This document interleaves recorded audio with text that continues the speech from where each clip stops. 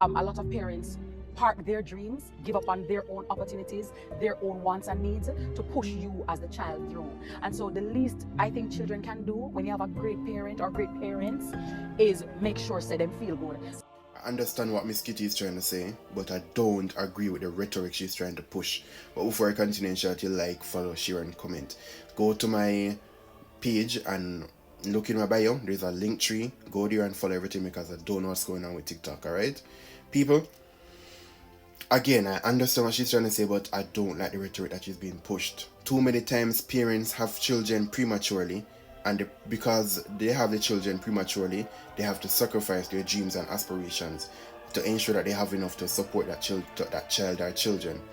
And because they had to sacrifice to provide for that child, they then now put those frustrations and those lost dreams on the child, forcing the child the children or the child to bear that burden, that heavy weight to carry, which is not right.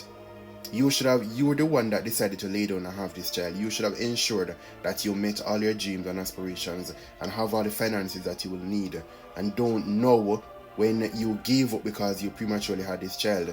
And clearly I'm not making reference to parents, mothers who had children out of their control, right? But if you had this child because you were just being simply reckless, nah, don't do that. Don't put that pressure on your child. Don't put those unrealized expectations from your past on your child's future. Don't do that. Do not do that. And then when you do these things and you turn and treat your children like they're your pension plan, and they resent you because you treat them horribly, because you put unrealistic expectations or unrealized expectations on them, you then resent them, and then they resent you in return, and then you simply cannot understand why they don't want to talk to you. Cut that out. Cut that out right now.